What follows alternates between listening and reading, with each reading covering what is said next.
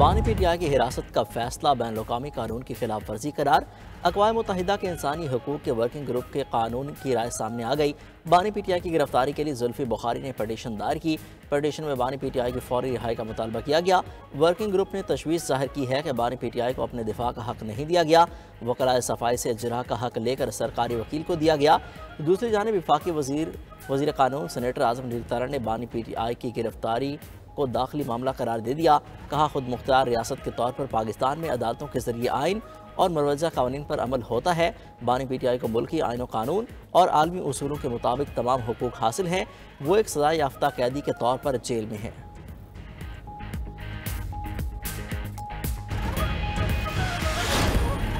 Supreme court में मखसूस नशिस्तों से मुतालिक केस की समाअत। अटॉर्नी जनरल मंसूर अवान के दलाइल में मौक़िफ़ अपनाया कि सियासी जमातें कम से कम एक सीट जीतने पर मखसूस नशिस्तों की अहल होंगी।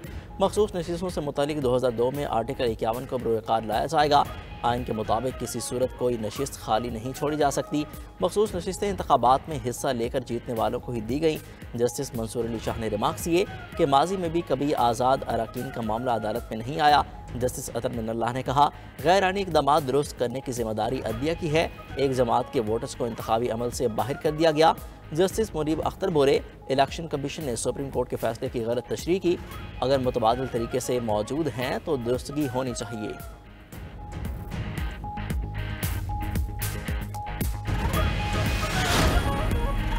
इलेक्शन कमीशन आईनी जिम्मेदारी पूरी करने में नाकाम रहा। शिबली फराज कहते हैं, केस को जानबूझकर तूल दिया जा रहा है। पूरी दुनिया तनकीद कर रही है। ये कैसे इंतखाबात हुए हैं? कल यूएन की रिपोर्ट में कहा गया कि हम इसे केस स्टडी बनाएंगे। पाकिस्तान को इस वक्त कई बहरानों का सामना है।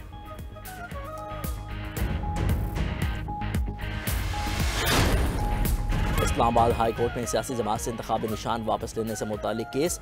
इलेक्शन कमीशन और वफाकी हुकूमत की सुप्रीम कोर्ट में केस जेर समाअत होने के बायस समाअत मुलतवी करने की इस्तदा। वकील इलेक्शन कमीशन ने कहा, इलेक्शन कमीशन को सियासी जमात से इंतखाबी निशान वापस लेने का इख्तियार है। चीफ जस्टिस ने इस्तफसार किया कि एक जमात का इंतखाबी निशान नहीं है तो क्या वो बतौर सियासी जमात ख़त्म हो जाएगी? वकील इलेक्शन कमीशन ने जवाब दिया कि सलमान अकरम राजा ने इस हवाले से दरख्वास्त दायर की, लेकिन इलेक्शन कमीशन ने खारिज कर दी।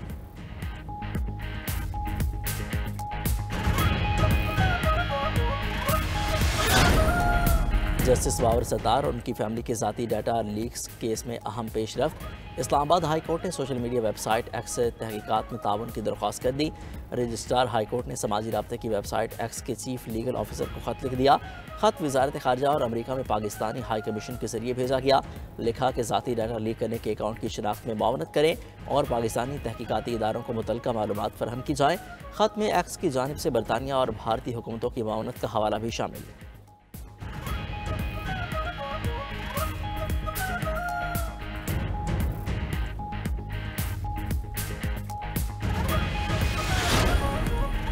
वज़ीर आज़म ताजिकिस्तान और काज़ाकिस्तान के सरकारी दौरे पर रवाना हो गए।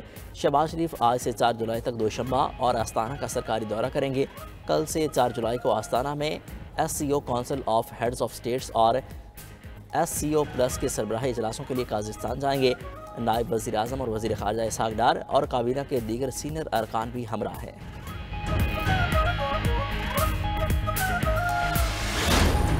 वज़ीर आज़म का मानसून से पैदा होने वाले मुतवक्के सैलाबी सूरत हाल की खुद निगरानी का फैसला। वज़ीर आज़म ने तमाम मुतल्लिका इदारों को हाई अलर्ट रहने की हिदायत कर दी। किसी भी हंगामी सूरत हाल से निपटने के लिए आला सतह की कमेटी कायम। वज़ीर आज़म ने हिदायत की कि NDMA तमाम सूबाई हुकूमतों और मुतल्लिका इदारों की मुआवनत करे। मानसून के हवाले से पेश की इतलात को कौमी नशरियात का हिस्सा बनाया जाए। किसानों को बादगाही के साथ मौसम की सूरत हाल से भी आगाह रखा जाए।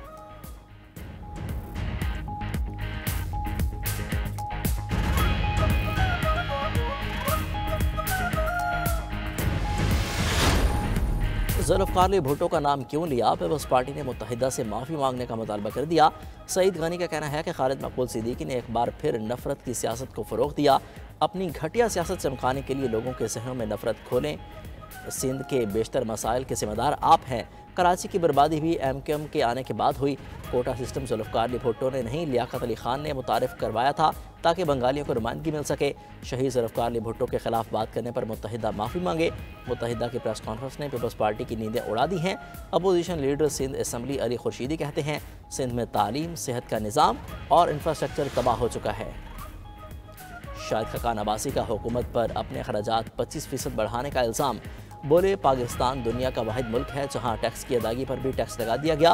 अवाम पर 4000 अरब रुपए का बोझ डाल दिया गया मगर अशराफिया पर हाथ नहीं डाला गया। पेट्रोल, डीजल और गैर कानूनी सिगरेट की स्मगलिंग और फरोख्त पर पूरी इंडस्ट्री बन चुकी है। फाटा में चंद लोग सैकड़ों अरब बनाते हैं मगर कोई टैक्स नहीं देता। बताएं इसका आवाम को क्या फ़ायदा है।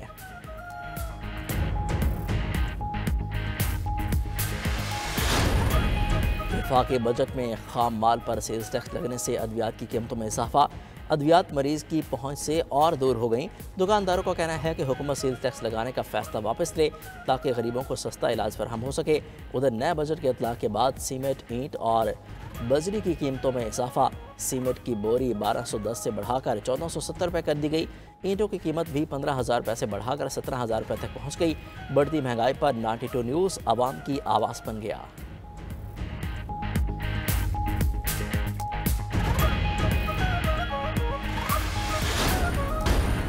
कौमी क्रिकेटर मोहम्मद रिजवान कहते हैं हमें बॉल और बैट के अलावा और कुछ नहीं आता।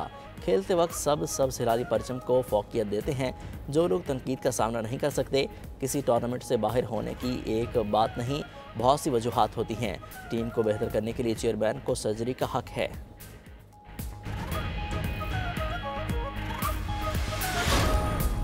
और पाकिस्तान ने T20 वर्ल्ड कप 2026 के लिए बराह रास्त क्वालिफाई कर लिया।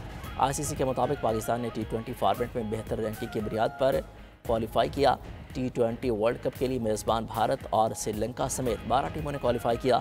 ऑस्ट्रेलिया, जनूबी Africa, Bangladesh, Afghanistan, England, West Indies, अमरीका, आयरलैंड और न्यूजीलैंड ने भी बराह रास्त क्वालिफाई कर लिया।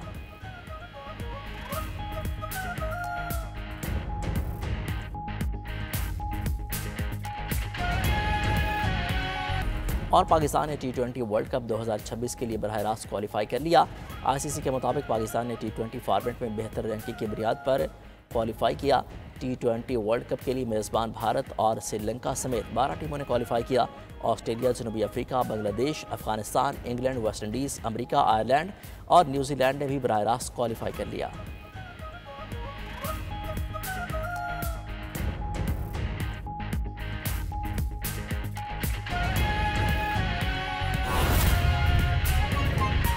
नशीसों से मुतालिक केस की समाअत 9 जुलाई तक मुलतवी कर दी गई।